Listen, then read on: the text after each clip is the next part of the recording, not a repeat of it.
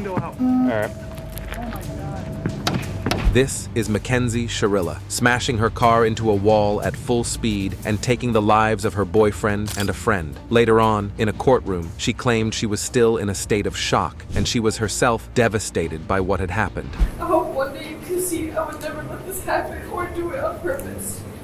I wish I could remember what happened. I'm just so sorry. I'm heartbroken. The public initially perceived her as a naive 17-year-old, unfortunate enough to be in the wrong place at the wrong time. However, as the trial progressed, opinions began to shift. Doubts crept in, challenging the notion of a mere accident. Could Mackenzie have leveraged her pretty face to commit an unspeakable act? Was this the tragic culmination of a toxic relationship that had pushed her to the brink? The lengthy, emotionally charged trial concluded with a verdict that left many, including Mackenzie herself, in tears. But Mackenzie wasn't crying for her boyfriend. She was crying for herself, even when her parents still didn't believe she could be a mass killer. This is the outrageous case of Mackenzie Shirilla. On July 31st, 2022, 19-year-old Davian Flanagan asked Mackenzie for a ride home. She was in her car with her boyfriend, Dominic Russo, getting ready to leave a party. She looked Davian up and down, then made a quick decision. Sure, hop on in. A few minutes later, both Davian and Dominic would be dead.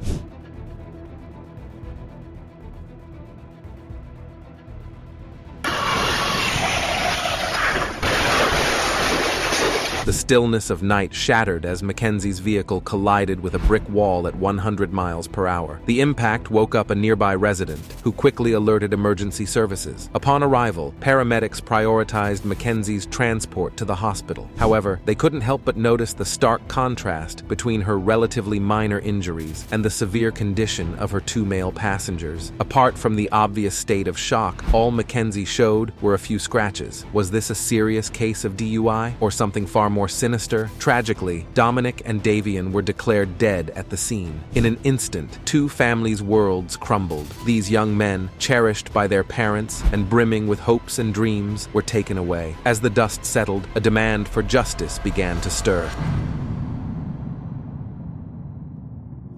Mackenzie Shirilla was a troubled child. Her parents, Natalie and John, seemed to let her do whatever she pleased. Perhaps they were tired of disciplining their older children, or perhaps they just indulged her in her childlike tantrums. But she wasn't childlike. In high school, Mackenzie would get violent toward people when she didn't like them, or they didn't do what she wanted them to. Davian's mom had something to say about her. My middle daughter knew her in school, and she was very much a bully, someone who would be interested in demeaning people and humiliating them. She would tell people they should commit suicide when they were depressed. She was a narcissistic, not nice person. Mackenzie's folks brushed it off as typical teen drama. It's just a phase, they'd say. But let's be real, not every kid out there is throwing punches, trashing their classmates, or downing booze and drugs like it's going out of style. Truth is, Mackenzie's antics were raising some serious eyebrows. Her social media, total train wreck, all about flaunting her looks, cash, and drug habits. And her group of friends was similarly interested in shoplifting, vandalizing buildings, and filming fights for likes. What made it worse is, whenever they'd get caught by officers, they would be released with a simple slap on the wrist. In their eyes, this was another encouragement that they could do whatever they wanted with very little consequences. So when people started seeing Mac together with Dominic Russo, they were surprised. Dominic was born in 2001, 3 years older than her, and part of a big, tightly knit family of 7 kids. Dominic was a total jock and health nut, Mr. Popular in high school, with a fan club to boot. By 2022, he was chasing his dream of becoming a big shot in performing arts production. Enter Mackenzie. They bumped into each other at some college bash. Opposites attract, right? Plus, entitled types always seem to snag those patient souls who will give them all the attention they're craving. Cue the whirlwind romance. Like most teens, they went full lovey-dovey, joined at the hip 24/7. Didn't waste any time either. By fall 2021, they were already doing the whole meet the parents thing. Mackenzie's folks, all smiles and open arms for Dominic, but at Casa Dominic, not so much. Sure, Mackenzie put on a good show at first, but that entitled attitude started oozing out of her pores pretty quickly. And Dominic's parents weren't about to let this girl, no matter how young, mess with their boy's head. But Dominic seemed very conflicted about this character. Some days, he spoke of marrying Mac when she turned 18. The next, he said she was threatening to take his life. Every time he'd call her out on her princess act, she'd lose it. The girl couldn't handle a mirror. Fast forward a few months, months, and Mackenzie's gone full psycho on Dominic. All that crazy she'd unleash on others. He got it cranked up to 11. She'd boss him around, then throw epic tantrums if he didn't jump. And yes, she would also hit Dominic. But as soon as she saw a camera, she got doe-eyed and lovey-dovey, an Oscar-worthy performance that Mac was confident people didn't notice. It wasn't long before Dominic told her to take a break in front of his friends. Perhaps he was hoping she wouldn't get violent in front of an audience, but she did. So Dominic told her they were over for good. Sadly, you true crime buffs already know how this goes. People like Mackenzie, violent narcissists with psychopathic tendencies, hate to feel like they're losing control. She goes full stalker mode, daily house visits, screaming at his door, spam calling, voicemails, emails, social media blitz. One minute she's begging, the next she's cursing him out. Dominic was telling his friends he was afraid of her. Mac was telling her friends that it would be easier to unalive him than let him go. Indeed, Mac did not keep her evil fantasies to herself. One friend would later testify, Mac had told her she would love to run Dom over or cliff dive with him in the car. Mere months after Mac's friend was wondering what was going on, Dominic was dead.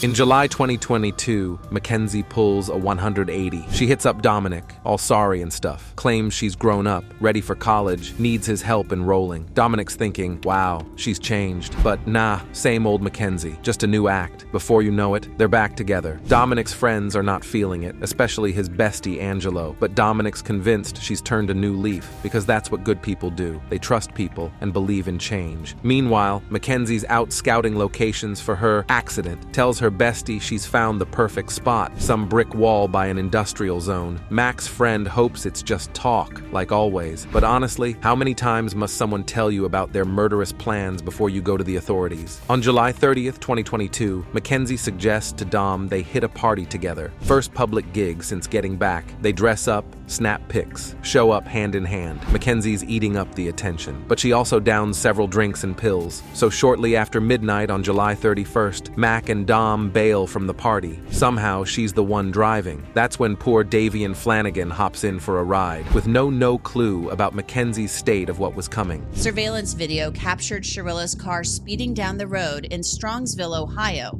a suburb of Cleveland. When detectives spoke to Mackenzie at the hospital, she claimed she wanted to die that night too. However, surveillance footage caught her fastening her seatbelt during the last stop. Also, it was hard to ignore her nearly intact state compared to the indescribable state Dom and Davion were found. And it wasn't long before Mac's bestie spoke to the detectives too. Now she suddenly seemed to remember how her friend had murderous plans for Dom and how she was scouting for the perfect crash location. When authorities approached her with this information, Mac said no way. She was just very much under the influence and had lost control of the car. Later on, Mac started crying in the hospital. When her doctor asked her what's wrong, she made a full confession. She wanted Dom gone, she hated him, she had lied to the detectives. Needless to say, the doctor quickly contacted authorities. But when detectives spoke to her again, Mac acted like she didn't remember anything. It was all a blur. She took one too many pills. She also said she had no memory of Davion getting into her car. When officers dug into the surveillance tapes, things got real interesting. Mackenzie drove like a grandma most of the way. Only when she arrived in the industrial zone, she went pedal to the metal, beelining for that wall. Turns out, her car had been creeping around that spot for days. Locals clocked it too. Not many cars in that dead zone, so hers stuck out like a sore thumb. Remember how Mackenzie did not think adults around her would notice her fakeness and narcissistic acts? This time, she underestimated the police. She bounced back from offing her boyfriend and friend like it was nothing. Hospital doors barely closed behind her, and she's back to partying, plastering sexy selfies all over socials. Cherry on top, she rocked up to a Halloween bash dressed as a corpse. Talk about bad taste. 5 days later, she was cuffed and charged with double murder.